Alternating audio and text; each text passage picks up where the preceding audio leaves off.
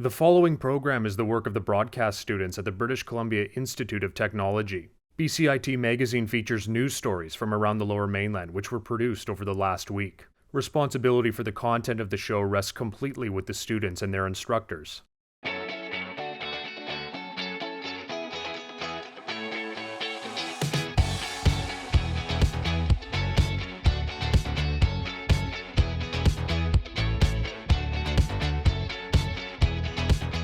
Coming up on BCIT Magazine, helping first-time homebuyers, celebrating Filipino cuisine, and a more affordable smile.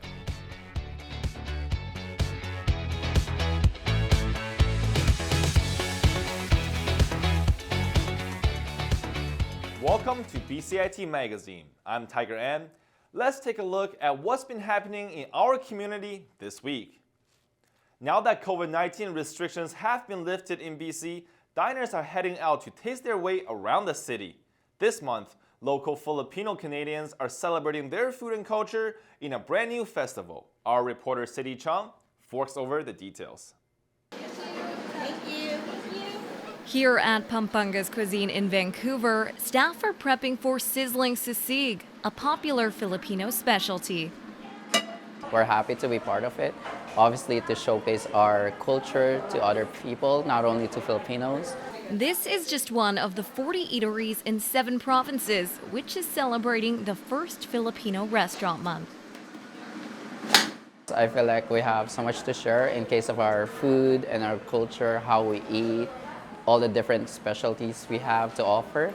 More than just an event for some, hitting close to home in many Filipino Canadian households. For us to have kind of this representation by seeing our food celebrated in this month is super exciting. Leon Show and her sister made their family a Filipino favorite, leche flan. It's usually baked in like a tin, oval tin. It's a custard and it has just a layer of caramel. It's really simple. Leon Show described food as an important element in Filipino culture, a way for communities to connect with others and show their hospitality.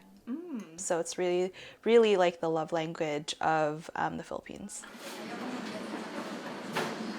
The month-long campaign is a joint project between the Philippine Department of Tourism and the Philippine Consulate Generals across Canada. We know that the Filipino Canadians there in Canada, which is almost 1 million, they will definitely support this Filipino Restaurant Month. But we also want to encourage the mainstream market to try the Filipino dishes. The Philippines is made over 7,000 islands, from the south of China to the northern tip of Borneo.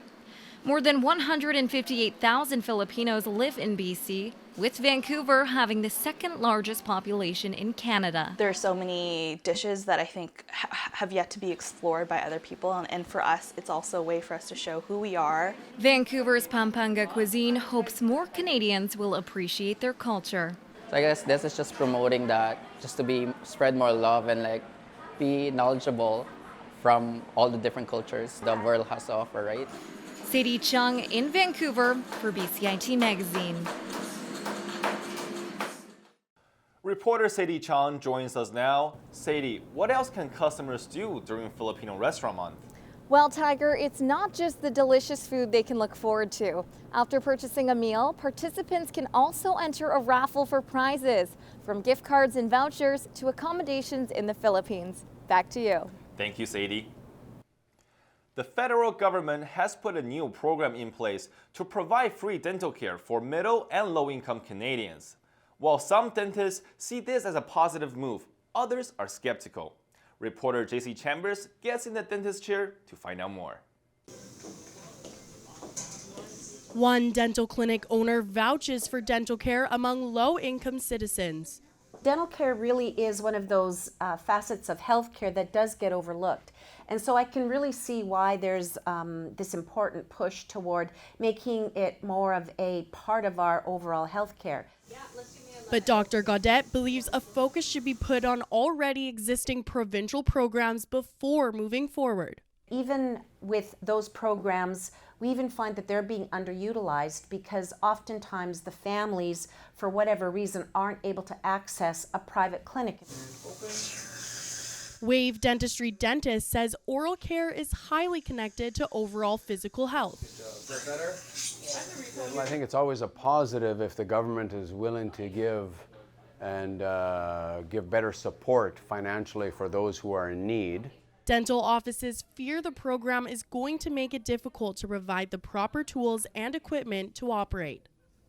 Private clinics really are disadvantaged to take them on as clients because they're not being paid for what it actually costs to give them the dentistry that they need. If I was to do, let's say, a regular filling on a patient, that would be, let's say, $300. Well, the dental plan might only pay half that. And if it pays half that, this discourages me as a practitioner to see that patient. Is that better? Yeah. We'll do that in a few minutes, okay? The federal program is being offered to those with an annual income less than $90,000. Yeah, do you want me to pop them down by the... It certainly isn't opening up the threshold to higher income earners having access to it. Let's do the ones who really need it and are low income. Let's take good care of them first. The program is set to start in 2022 with under 12-year-olds, hoping to expand to full implementation by 2025. JC Chambers in White Rock for BCIT Magazine. Another important announcement in the budget this week is aimed at cooling down the housing market. Reporter Braden Urso spoke with a mortgage expert about how that might work for people looking for a new place to live. Want to own a house? There's a new saving tool for that.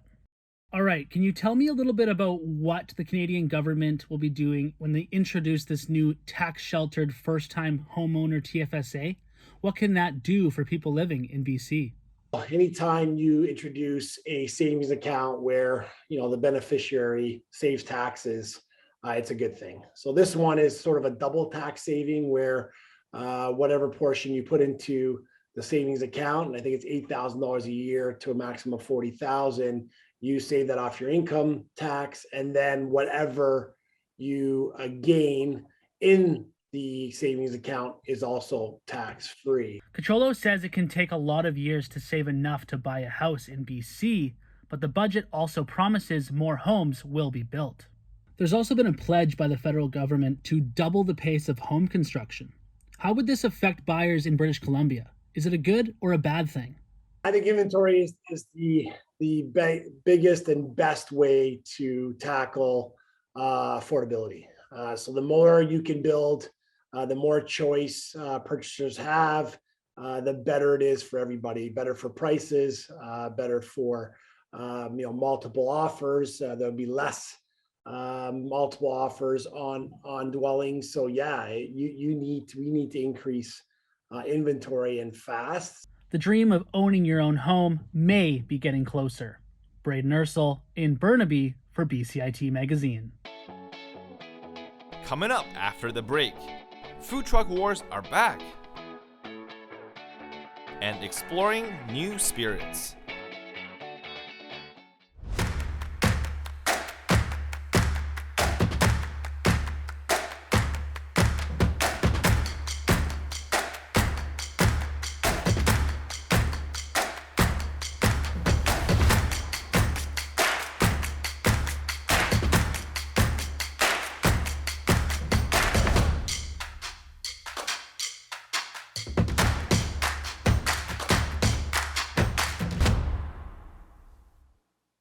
Welcome back to BCIT Magazine. Thousands of people gathered this week to take in the annual Greater Vancouver Food Truck Festival.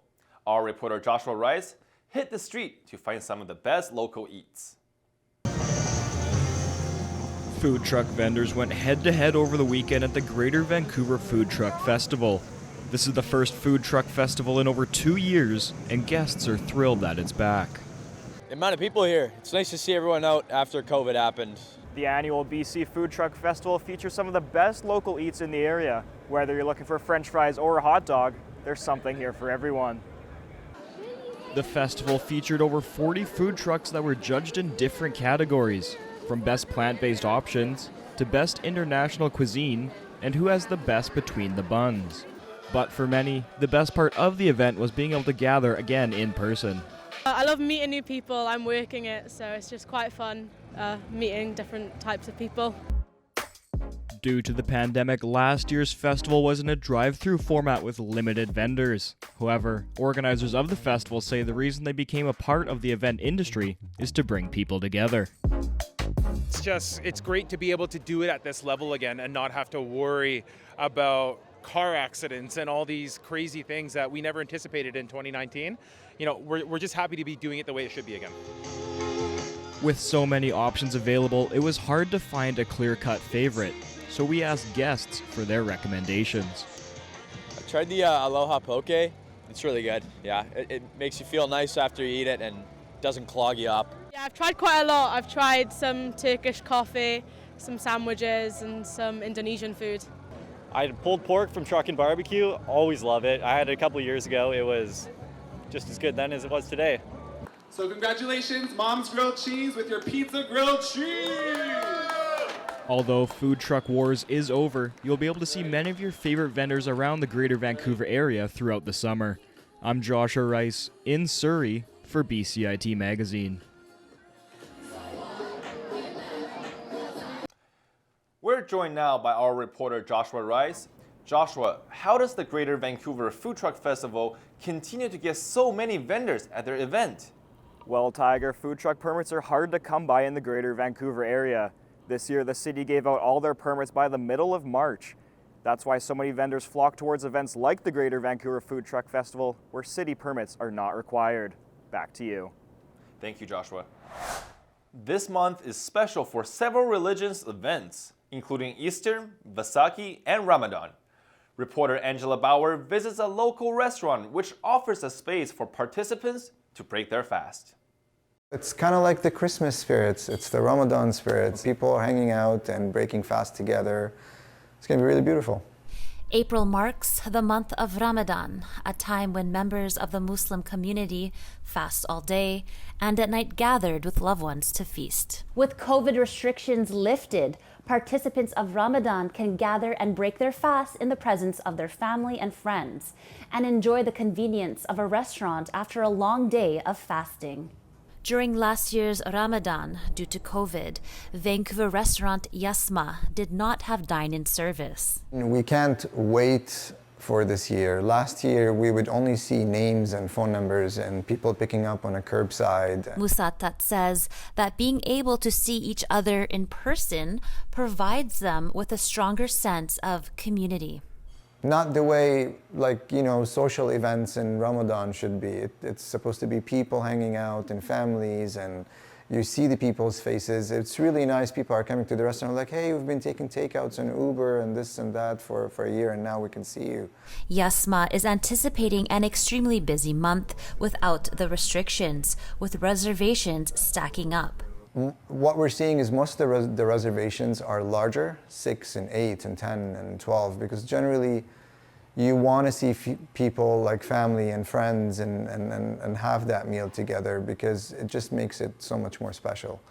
Yasma's executive chef is expecting a full house to serve traditional Middle Eastern dishes. Usually in Ramadan, we break our fast with dates and water, and then it's followed with a soup of some variety. Lentil soup is usually the soup of choice. And then we have a salad. Typically, the most popular salad to eat is fattoush, which is a variety of vegetables. Ours consists of over 15 ingredients, not even including the dressing yet. Chef Waljenba has been fasting for 5 years, and she says there's a lot of benefits of eating healthy when breaking a fast. You need to always consider your nutrients and what you ingest in your body. You don't feel how revitalizing a good meal is until you have not eaten from sunup. Chef Waljenba also says fasting has taught her. I learned patience. That's a big thing. This restaurant has been patient during COVID, and now they can finally celebrate Ramadan with the community in person without restrictions. In Vancouver, Angela Bauer, BCIT Magazine. If you have a taste for fine spirits, Vancouver recently held a festival just for you. After a 3-year hiatus, vendors and spirits fans were happy to be back. I went down for a quick sip and discovered a lot more. So we have gin, a martini, vodka, whiskey, and puppies. That was the scene at the BC Distillers Festival last weekend. Why puppies? This Tippler's Paradise is also a fundraiser for the Pacific Assistant Dog Society. After a 3 years delay due to the pandemic, distillers are back in the building. However, the event operates at a 50% capacity even with the COVID restrictions lifted.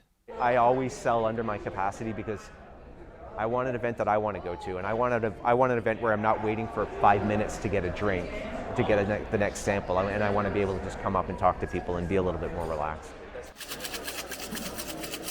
Many distillers returned this year pumped and excited after losing a lot during COVID.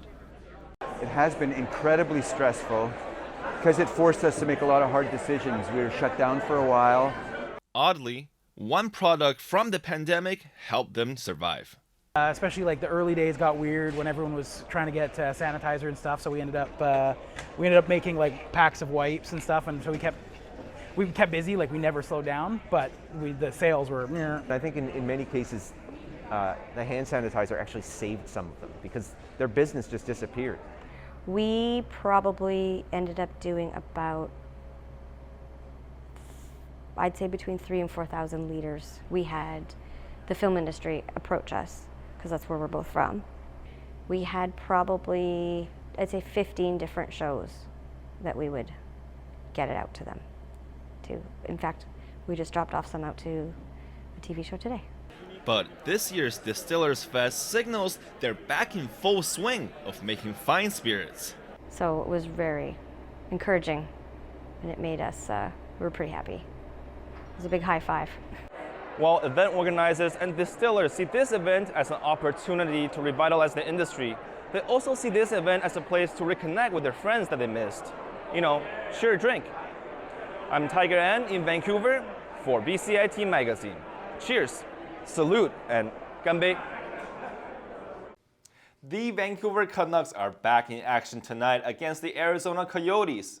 Captain Bo Horvat and his teammates will need to win nearly every game from here until the end of the season if they hope to have a chance of making the playoffs. The last time these two teams faced off, the Canucks took down the Coyotes 5-1 on the road. If you have any questions regarding the show, you can contact us at bcit-broadcast.com or bcitnews.com.